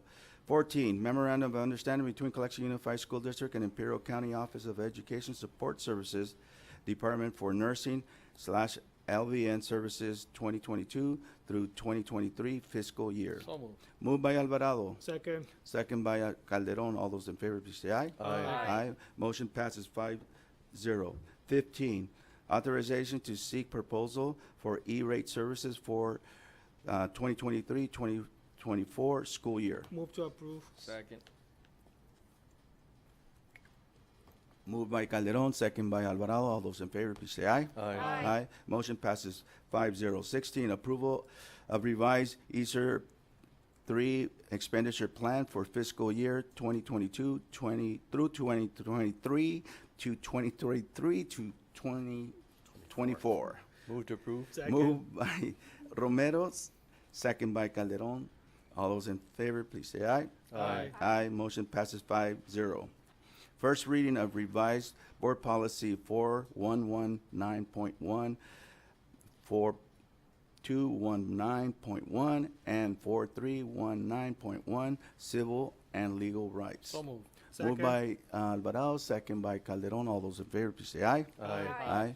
Motion passes 5-0. 18, resolution proclaiming October 23 through 31, 2022 as Red Ribbon Week, Celebrate Life Drug-Free. Move to approve. Second. Moved by Romero, second by Alvarado. Resolution. Roll call. Calderon, Yes. Romero, Yes. Magallanes, Yes. Calderon, Alvarado. Yes. Calderon, yes. Motion passes 5-0. 19, resolution approving and adopting school facilities justification report for residential, commercial, and industrial development projects and authorizing increase in statutory level 1 developer fees. Move to approve. Moved by Romero. Second. This is Second the by- level one, right? Yes. This is level Alright, one. level one. Level one. Okay, second by Alvarado. All those in favor, resolution, Calderon, Yes. Romero, Yes. Magallanes, Yes. Alvarado, Yes. Calderon Jr., yes. 20, resolution approving and adopting school facilities needs analyze and justification studies of authorizing alternative school facilities fees. Oh, we have one request for oral communication. Go ahead, Mr. Ureña. Okay. Thank you again, Mr. President. Just very briefly to go back through this, I said one of the variables that I didn't know, I'm just looking at it right now in the presentation slides that were made available to the public. And what was presented here in Measure Q, it seems like what is the quantity that the school district will be receiving from the state is somewhere around $22 million. What I'm unclear, or is one of the questions that I would have as a member of the public, is this 20 million every year? In which case that makes sense. If it's 20 million over a 5-year period, I would submit that we would definitely, it would behoove us to make a little bit more of a calculated decision. A half a cent sales tax in the city of Calexico yearly makes a minimum, and this is during pandemic, of $3 million a year. We can definitely match that, just having people pay a little bit more centavitos on their fritos, and come up with the same quantity without impacting the housing stock. I'm absolutely very concerned, as I previously mentioned, that this particular impact fee is not only going to affect housing, but absolutely will impact the development of SDSU Calexico. I'm currently a master's student at San Diego State University, studying a master's in statistics. As you guys are very well aware, we don't have very many local higher education programs after the bachelor's level here in the Valley. SDSU does want to expand. One of their biggest obstacles is housing, specifically for their professors and their students. And to raise this fee would make it so much more difficult to get those programs here that they certainly would most likely go to El Centro and Brawley, and then this school district would not have that direct connection to the university. I would love to see a future where students from Calexico like myself don't have to drive 2 hours just to get their math degree, or you know, all of these other degrees that are very much needed. I spoke to Garcia's representative right down the hall. I made him aware of this issue because you're in a very unique situation as a border school district.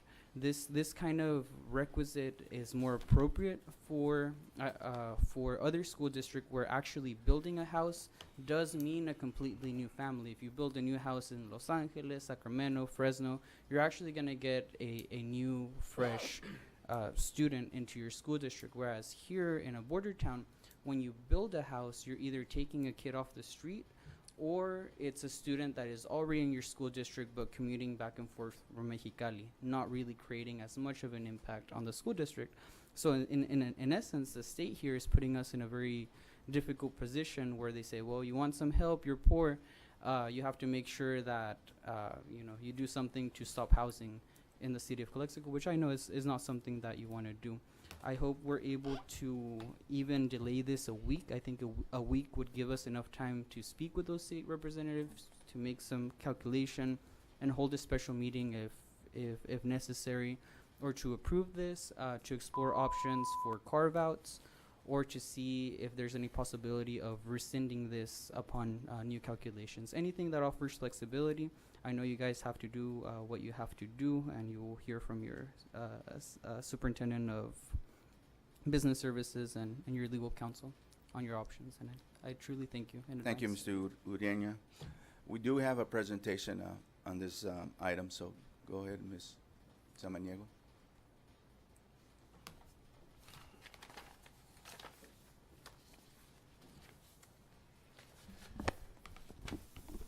Good evening, President, Mr. Calderon, Board of Trustees, Superintendent, Mr. Jimenez, and members of the public. Maribel Paez, I'm the Assistant Superintendent of Business Services. And tonight, our facilities legal counsel, Karina Samaniego from DWK, and Kim Desser from School Site Solutions will be introducing this item to the board. Also, please note that we have Jared Anderson from School Facility Consultants, who prepare the school facility needs and analysis justification fee study. He's going to be available via Zoom if there's any questions regarding the justification fee study. Karina?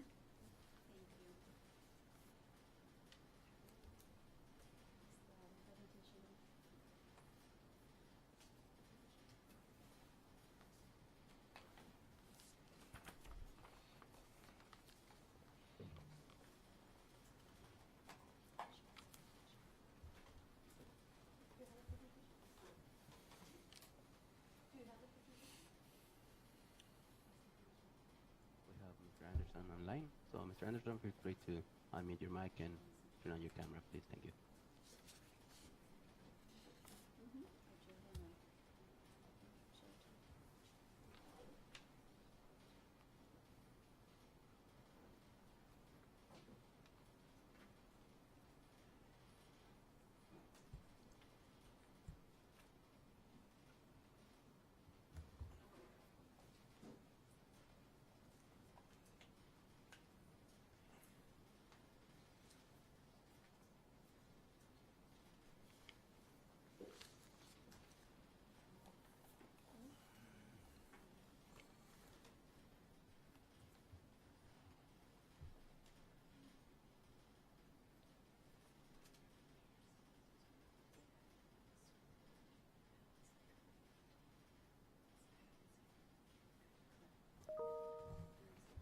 Can we move to the other items until they get whatever settled? Sure. Yeah, all right. All right. It's been requested by Mr. Romero, and I'm sure everyone agrees, the board member, correct? Yes. Here we go to the next item so we can expedite this board meeting. 21, resolution adopting a mitigated negative declaration and mitigation monitoring report program pursuant to California Environment Quality Act and make certain written determinations and findings and authorizing the findings of a notice determination. So moved. Moved by Romero, Second. second by Calderon. Calderon. It's a resolution. I'm sorry. Yes. Yes. Romero, Yes. Magallanes, Yes. Alvarado. Yes. Calderon Jr., yes. 22, resolution continuing the Board of Trustees authority to hold virtual meetings pursuant to AB 361. So moved. Moved by Second. Romero, second by Calderon Jr. Roll call. Calderon, Yes. Romero, Yes. Magallanes, Yes. Alvarado. Yes. Calderon Jr., yes. 23, resolution regarding disposition of surplus asset, non-asset desktop phone and at the migrant department. So moved. Moved by Alvarado, Second. second by Romero. Calderon, Yes. Romero, Yes. Magallanes, Yes. Alvarado. Yes. Calderon Jr., yes. Motion passes 5-0.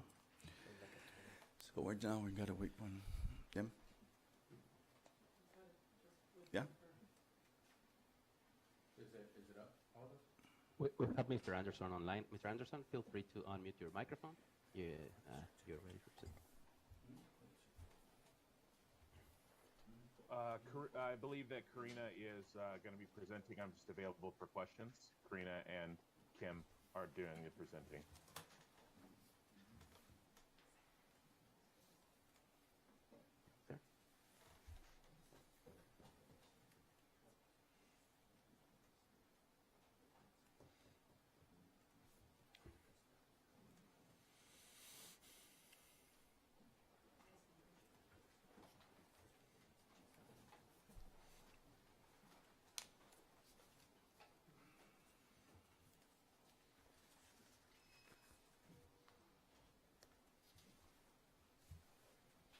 Do we need to go back to closed session to finish the certificate and classified reports or no?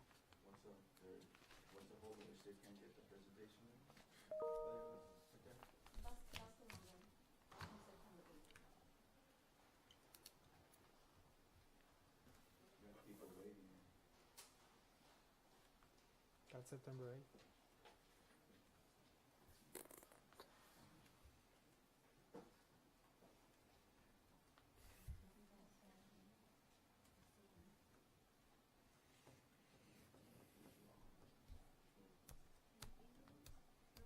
Dun, dun, dun, dun, dun.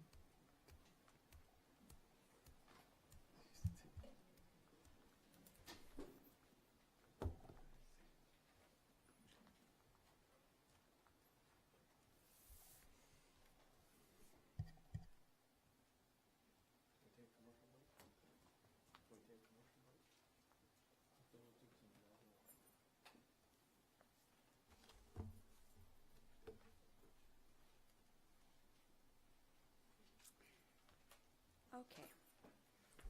All right, thank you everyone for your patience. And thank you to everyone, and thank you board for inviting us. So there's a quick introduction on the importance of adopting the SFNA tonight. There are legal impacts, there are impacts to other facilities needs, and also we do have other transactions going on that are impacted by the adoption of the SFNA. So just a quick overview. I want to make sure that everyone remember that we do have the legal authority by the Education Code that school districts can levy fees against construction that are built within our own school district boundaries. And this is specifically for the Education Code for school districts. Planning agencies have similar authority under the Government Code. So it's not just the school districts that have this impact, but we, of course, as a community, we have impacts in general.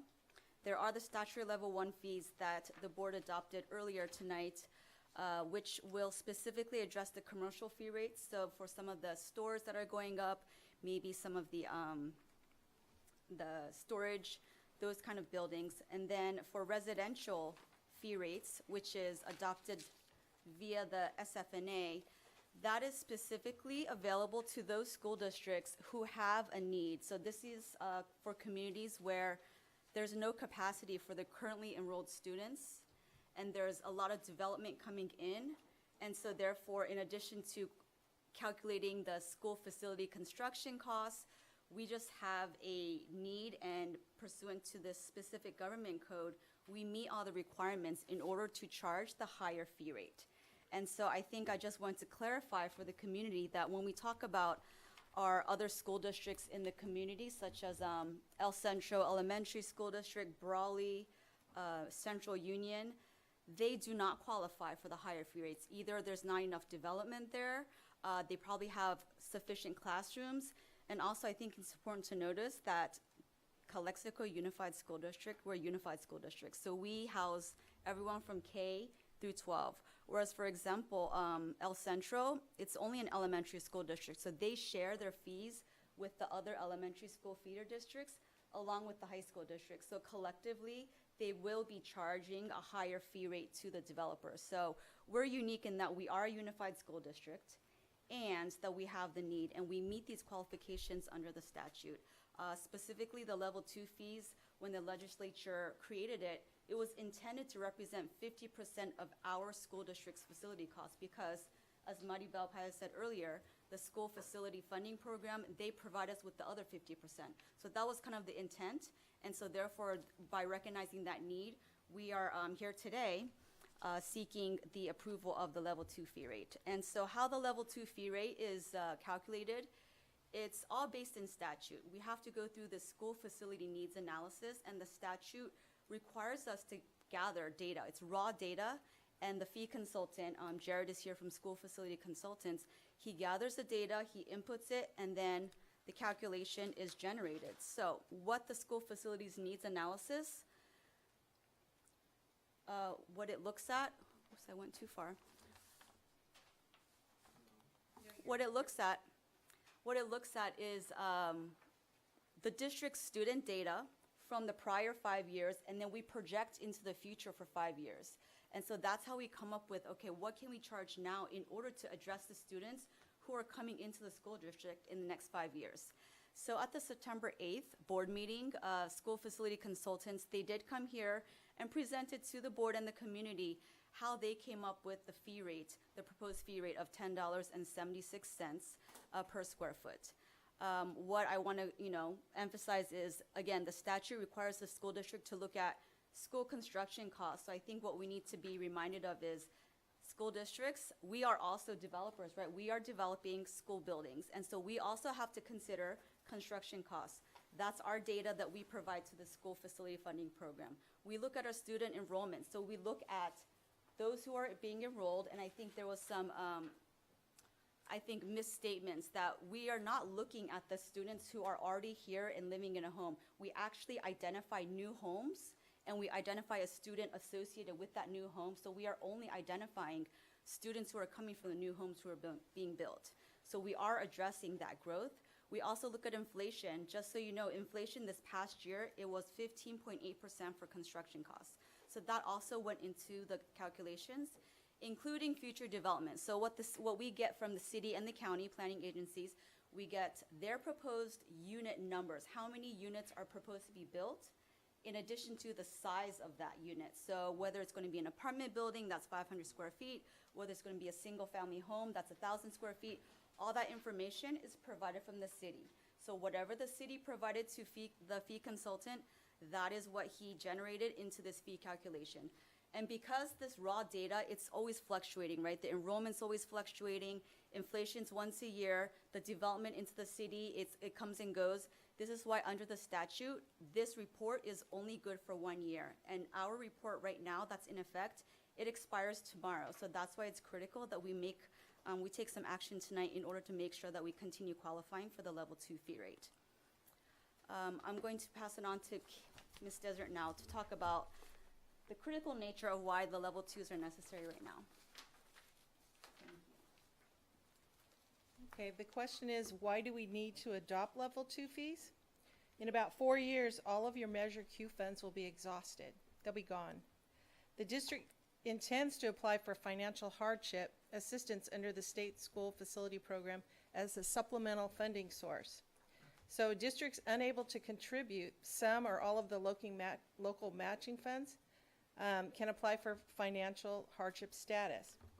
If financial hardship status is granted, the district is able to receive up to potentially 100%. That's what we're looking at when you go. Do I need to switch this?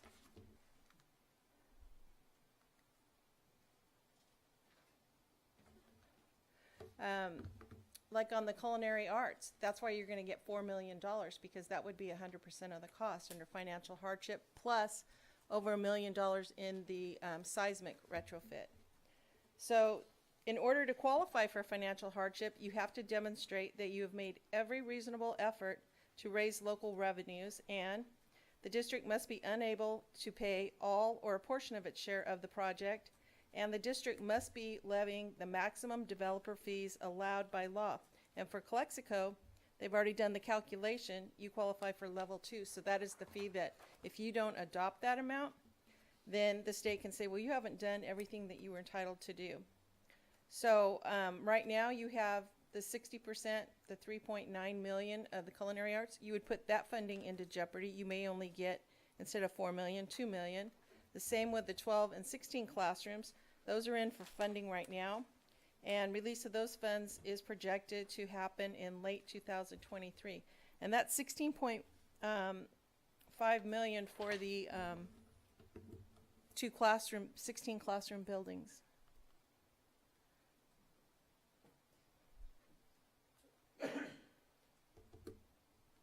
So adopting level 2 fees demonstrates the district's effort to raise the revenue before asking the state for assistance. If the district cannot prove that it made every effort, then the state could reduce its funding share and deny the district's funding assistance altogether. So on the next one, you can see what the new construction eligibility is right now. You don't have any in K6. You have it all in 9 through 12, and you have some in your special ed SDC special day classes. And so the local match would be $18 million. If you look at the modernization, that has to do with your buildings that are 25 years or more. So that's why Enrique Camarena doesn't have any eligibility, because it's not old enough.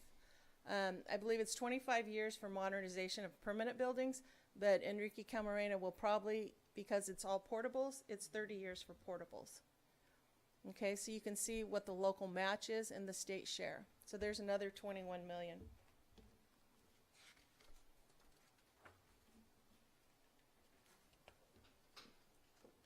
Now I'm going to turn it back over to Karina.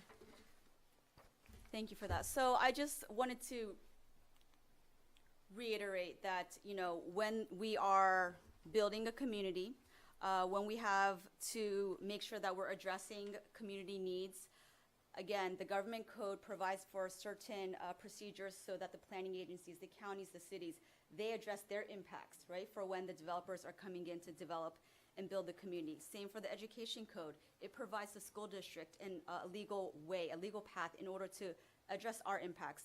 the impacts for the school districts is the school facilities. But for the planning agencies, the cities and the counties, you know, there are many things, right, that go into this. Actually, I pulled this from the city of Calexico's planning website, their development impact fees. So, you know, we have to address for the fire, the library, the parks and rec. So those are their impacts. So in order to address those impacts to the city, they also charge an impact fee. And if you look right here for a single family home, per unit, it is approximately $11,000 and $11,900 plus an additional for some art. And so if we look at specifically for our needs in school facilities, our SFNA report identifies an average single-family home as being 1,300 square feet. If we multiply that by our current fee rate of $8.28, our impact is $10,800. So it's actually less than what the city's impact is. I think the point in that is, you know, when you are owning property, when you're developing a property, and when you're developing a community, we have a responsibility, and the responsibility is to build the community responsibly, right? To make sure that the quality of the facilities are there for the community. So I think together we can build the community with the quality facilities and address all these impacts together.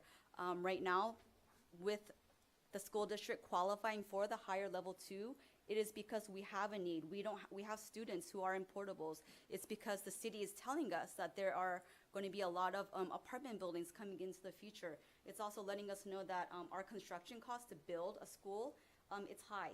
So with all that being said, this is how we came up with the calculation in the SFNA, and it's currently at $10.76 per square feet. I just want to close with, you know, any and all development impacting communities should pay its fair share. And so together we build a quality community, and we all have to address impacts together. Thank you. Board, do you have any questions for Ms. Samaniego? I don't, thank you very much. No questions? Okay. I move to adopt a resolution approving and adopting the school facility needs and analysis and justification study and authorizing alternative school facility fees with the following revisions to the resolution. The board adopts the findings in the school facility needs analysis, but directs staff to effectively and immediately to continue to charge $8.28 per square foot for residential construction through the end of this 2022 calendar year for consistency. 2, at the beginning of the quarter 1 in 2023, the board directs staff to reevaluate the data which is collected to calculate the fee rates in the school facilities need analysis, including updated student enrollment, construction, inflation, and planning agency development data. 3, all other findings in the resolution shall remain the same. That is my.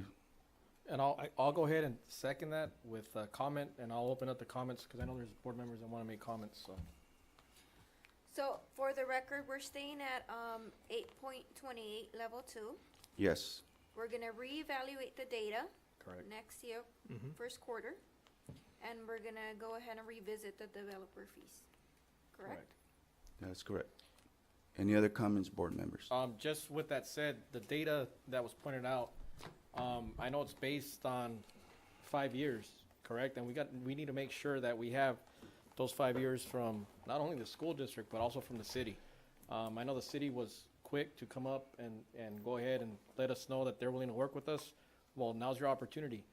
We need this information from you guys in order to make a better and more informed decision. Because it's not correct what's been going on. This is not just a school district, this is a community. Mr. Yepes, I took into account what you stated earlier, and you know, I thank you for everything that you've done. But this has been going on for years. This has not just happened last year, 2 years ago. This has been going on for 12, 13, I believe 14 years. The last time that anything was developed, houses here in Calexico that you can say that were houses, CN Perry. And go and look at that McMillan right after that. How long has that been? So this is not just something that happened overnight. This is something that's been going on for years and years and years. We're trying to do what's best for our students. And at the same time, we are listening to what the community is saying also as well, because you know what? whenever we make decisions, it's not just impacting the parents, it's impacting the students also as well, because if parents can't, pay for that, where it's gonna go to? It's gonna go to the students. And the students already have enough pressure with what's going on. So that's the reason why, and I think this is the best way that we could work hand in hand and ensure that, we come out with the best and most informed decision. That's all my comment before we make our decision. Board members, do you have any other comments? No. No, I already said what I had to say, so, I'm hoping that we can work, that our administration can work with city council and with the city of Calexico to make informed decisions, and make it quick. I call for the question. Thank you. All right.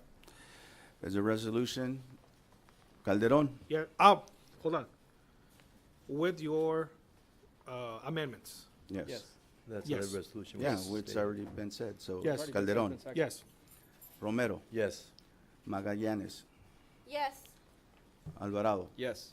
Calderon Jr., yes. Motion passes 5-0. Thank you. We're gonna go to close. You know. 24. Are we gonna go back? Go back. Okay. Just to advise you, we're going back to closed session. It is 8:06. We should be back very soon. Thank you very much. Thank you. Thank you.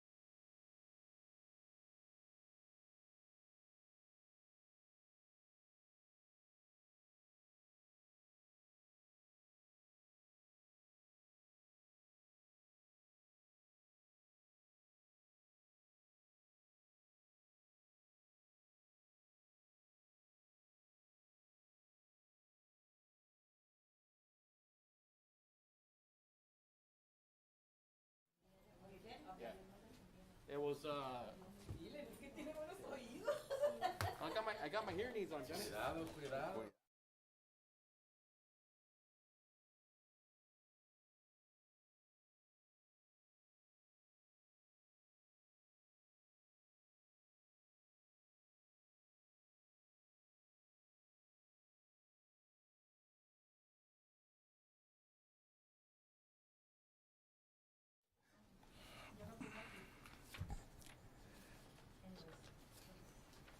was good. All right, O, return to open session. Announcement and action of taking in closed session. Well, we're gonna go back to 24. Yes. Certificated employment report. Yes, thank you. Hold on before, just to let you know that we extended this meeting from 9 o'clock to 9:30. It was motioned by Mr. Alvarado and second by Mr. Romero. And that's on for the record, okay? Go ahead, certificated. Thank you so much, President Calderon. So, for the certificated report, my recommendation is that the board motions to approve the certificated report as is with the amendments of identifying Mr. Frank Ariola as our interim principal at Blanche Charles Elementary School and Mr. Romel Guerrero as our new Assistant Superintendent of Human Resources. So moved. Second. With those, so moved with those recommendations. Okay, motion by Alvarado, second by Calderon. All those in favor, please say aye. Aye. Motion passes 5-0. Thank you, sir. 25, classified employment report. I recommend that the board approves the classified employment report as is. So moved. Moved by Alvarado, Second. second by Romero. All those in favor, please say aye. Aye. Aye, motion passes 5-0. We have nothing to report from the closed session. Q, adjournment. So moved. Moved by Second. Alvarado, second by Romero. All those in favor, please say aye. Aye. Motion Night. passes 5-0. Thank you. Good night, Night. everyone. Thank you for joining us tonight.